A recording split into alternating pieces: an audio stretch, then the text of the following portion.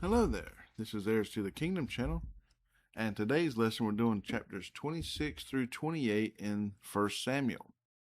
If you're new to this, it's the Bible study channel going through the King James Bible, not skipping anything as Scriptures command. So if you would, like, subscribe, and share this content, and let's get started. So last we left off, Saul walked away from wanting to hurt David. David stayed and he didn't go back to the city. He didn't go back to the kingdom. He's with his soldiers. They come to this area where this guy named Nabal's at. He's an Israelite, but he's not a good guy. But his wife is loyal to God and does the right thing. David's men helped Nabal's men while they was out in the field, multiple days shearing sheep. Anyways, David and his men wanted him and his men to go after Nabal because he was not nice to his soldiers. But Abigail, Nabal's wife, stopped them. Well, it stopped David by meeting him first and bringing him food and this, that, and the other, and provisions and apologies. And when Abigail went back to her husband and let him know what she did and what was prevented, the scripture says his heart was turned to stone. Don't know if he was just, kind of scared to death a little bit about, I about ended myself, or if it just made him a more evil person and he was just more hateful. Either way, 10 days after that, he passed away. God took him for his evil deeds. And David heard of this and went and took to wife Abigail, because she's a very honorable, good woman. I don't know if there's any children there. It never mentioned of children between Nabal and Abigail. But David also took Ahinoam, another woman, as his wife as well. And at the time of this, he's outside the city. He's still technically married to Saul's daughter, Michal. But then Saul gave her to another man. And so that was the ending part of last lesson. The lesson goes a long way of talking about godliness, loyalties. Sorry about that. My dog went berserk. Something happened now. So, about being, a godly person, showing loyalty and honor and everything of that, and how important that is. Instead of Saul bringing David back to his home under, good agreement of peace and brotherhood, back to his daughter, which is his wife, it's kind of like they just kind of went their separate ways, which means the daughter, Michal, was going to be alone. But, so instead of still honoring the marriage, though, gave her to someone else. More than likely was Michal was complaining or something like that, where's my husband, want to make children, blah, blah, blah. Anyways, but yeah, her new husband is Phalti, the son of Laish. That's the new husband of Michal. Anyways, we're going ahead and get more into this lesson. So, chapter 26, verse 1. And the Ziphites came unto Saul to Gibeah, saying, Doth not David hide himself in the hill of Hachilah, which is before Jeshimon? And, okay, so I'm getting back to the part about honor and loyalty, stuff like that. Some women, they said, goes, well, he took other wives. Harems are allowed. Jesus never really condemned harems. I've heard people say the Bible's against a man having multiple wives, but I've never read that in Scripture. Unless you plan on being or called to be a preacher, deacon, or bishop, that's the only time it says you're to be the husband of only one wife. Now, Scripture does say if a man has the more he has on himself, the more troubles he brings upon himself. So God does sit there and tell men, say, hey, don't take on more than you can, more than you can handle. But we have to go back to Scripture where God commands all women are to be wives and mothers. A woman that does not desire to be a wife and a mother is useless in the eyes of the Lord. Scripture teaches this.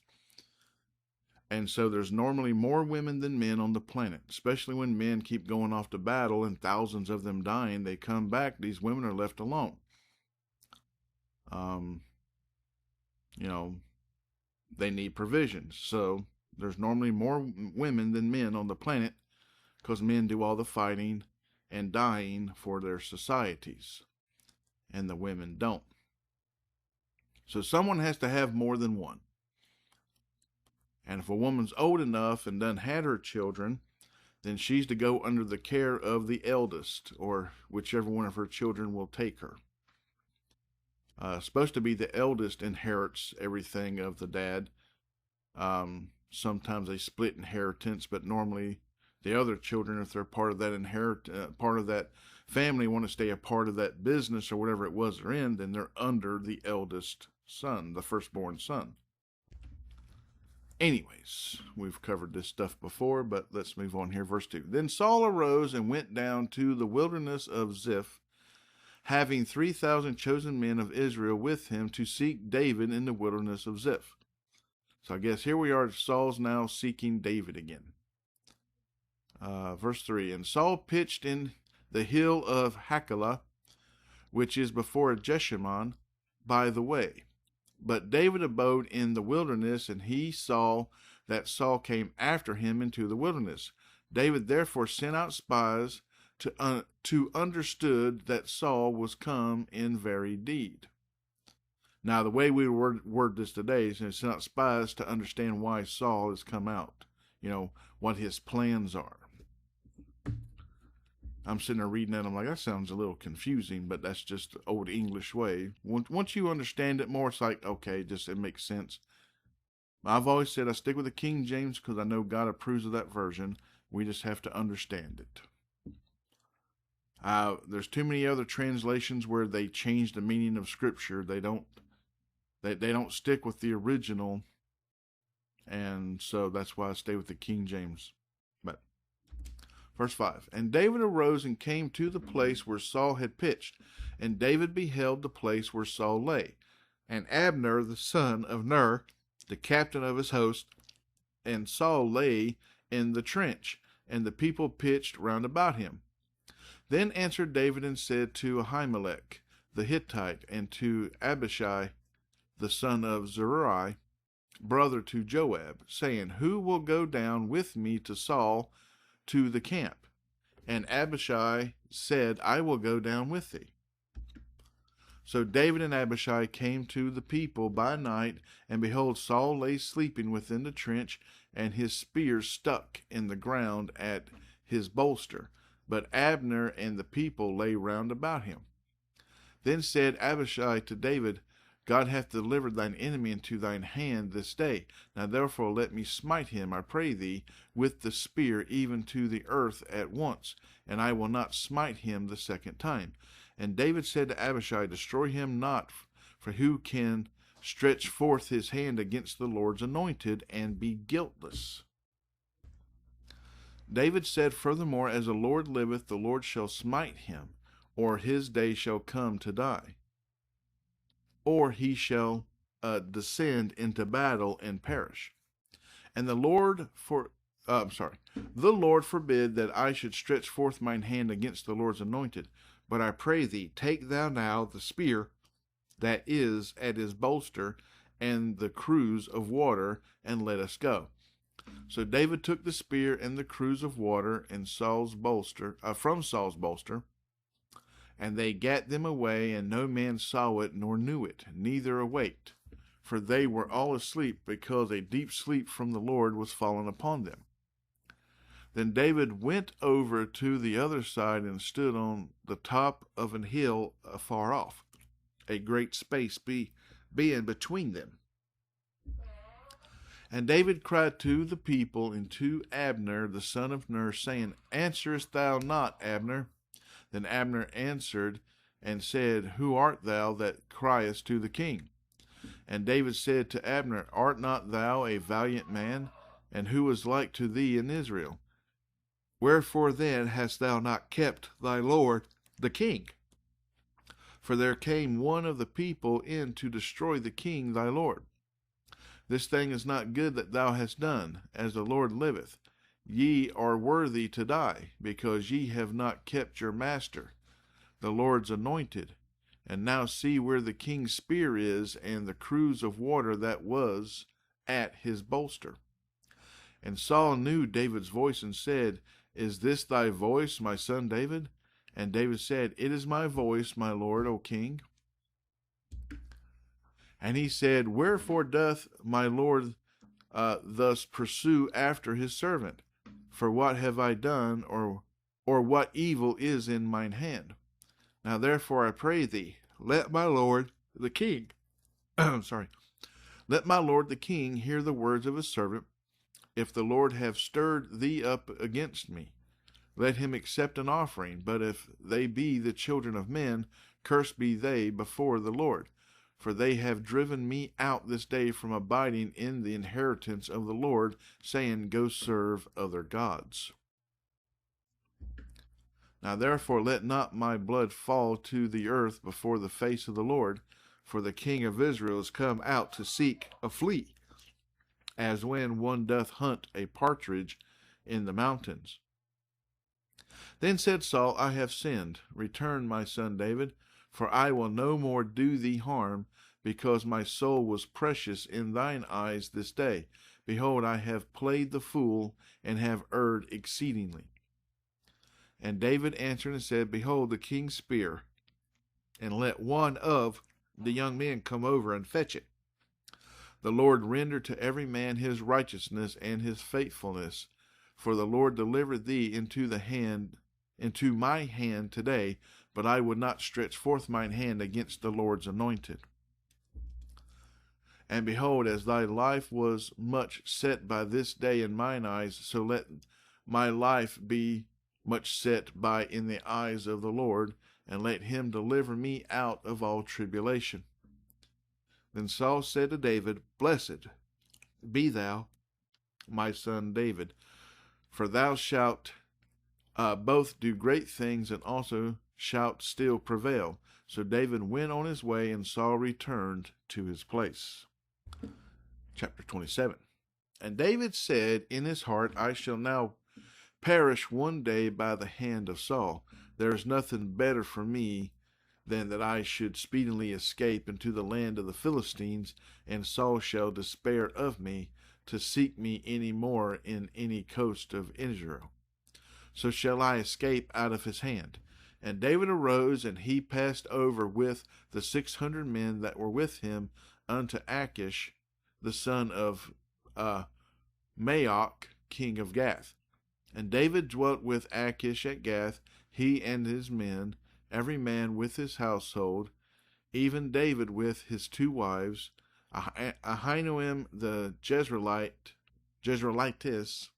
and Abigail the Carmelitess, Nabal's wife. And it was told Saul that David was fled to Gath, and he sought no more again for him. And David said unto Achish, If I have now found grace in thine eyes, let them give me a place in some town in the country, that I may dwell there. For why should thy servant dwell in the royal city with thee? Then Achish gave him Ziklag that day, wherefore Ziklag pertaineth unto the kings of Judah unto this day. At the time that David dwelt in the country of the Philistines was a full year and 4 months. And David and his men went up and invaded the Gershurites and the Jezrites and the Amalekites, for those nations were of old the inhabitants of the land, as thou goest to Shur, even unto the land of Egypt. So these places were places that were supposed to be cleaned out beforehand as the Israelites took the area after they left Egypt. But verse 9. And David smote the land, and left neither man nor woman alive, and took away the sheep, and the oxen, and the asses, and the camels, and the apparel, and returned, and came to Achish. And Achish said, Whither have ye made a road today? And David said, Against the south of Judah, and against the south of the Garamites.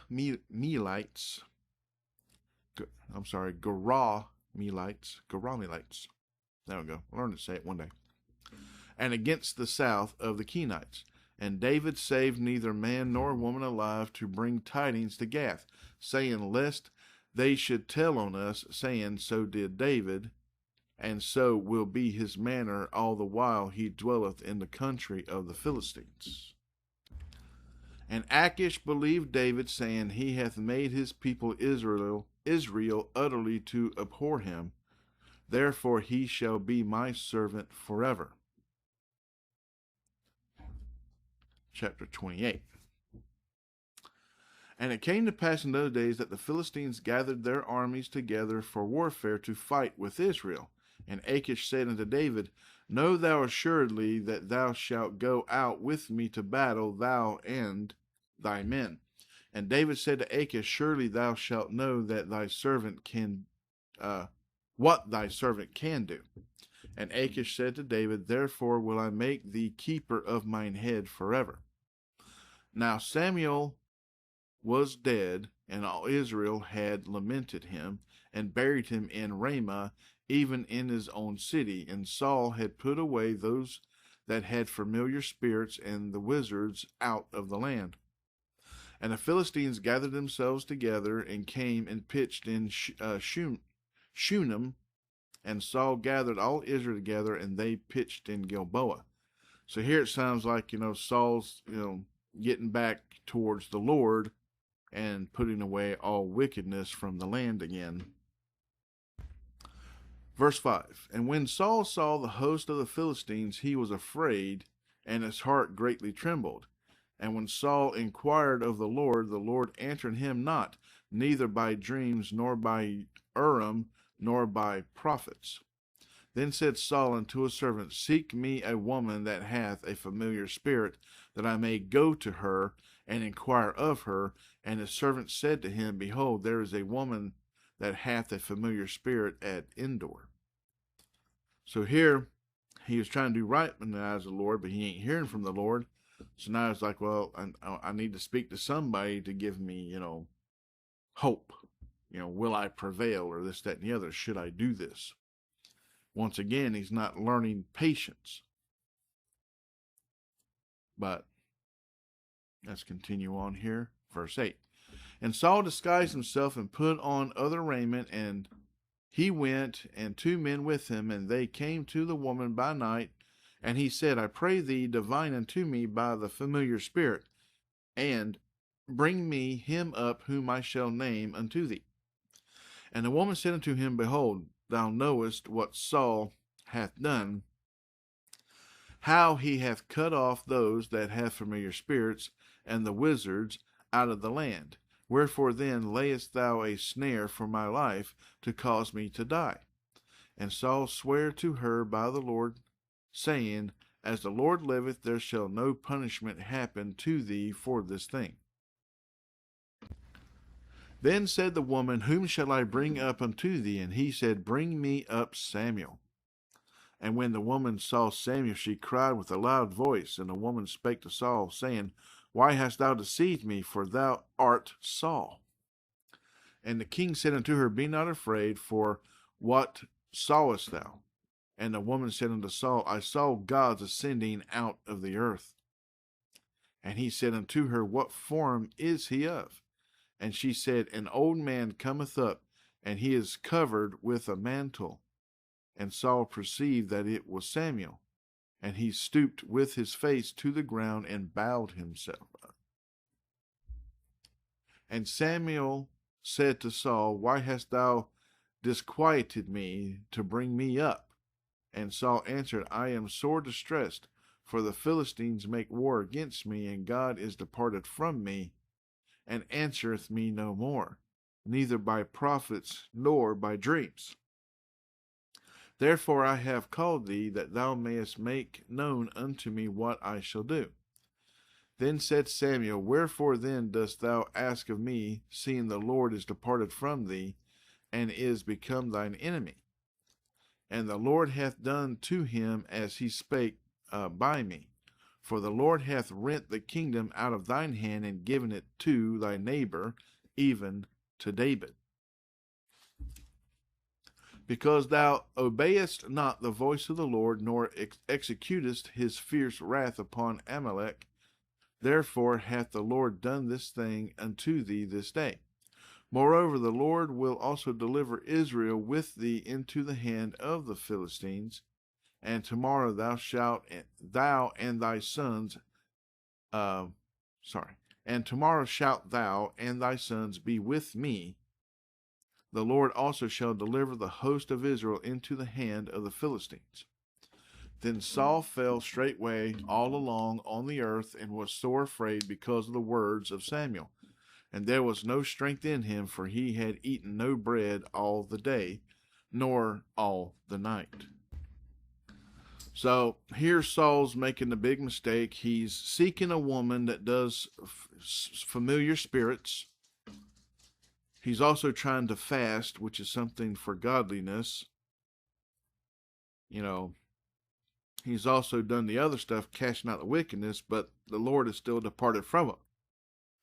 But in these old times, it is your works dictates everything. But he's doing mixed works. He's doing evil stuff mixed with godly stuff. And as the scriptures teach, a little leaven leavens the lump.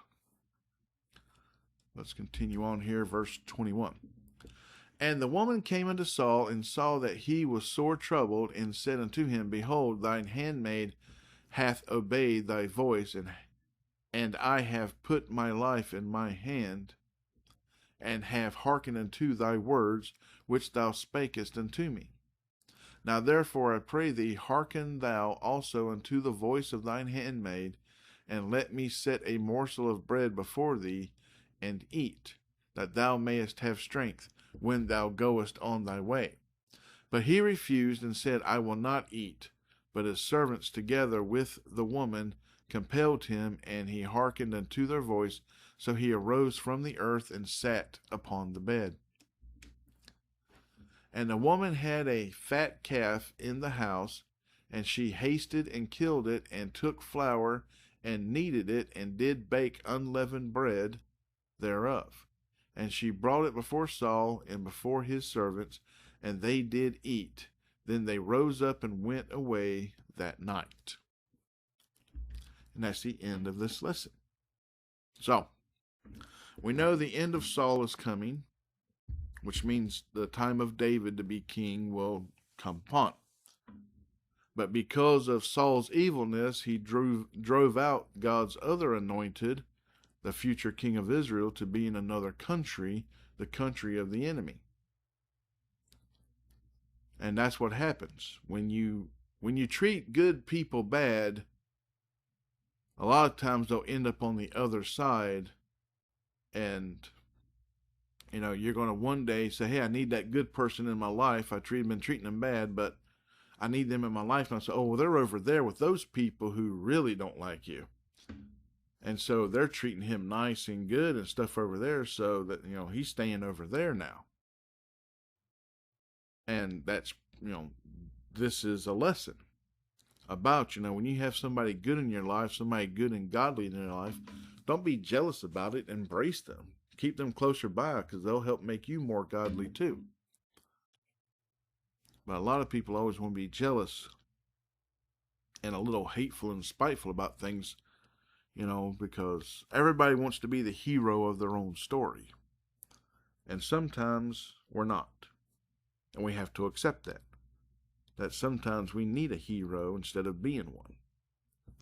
It's like all Christians know, we're not the hero. Jesus is. He's our hero. He saved us. The war is won.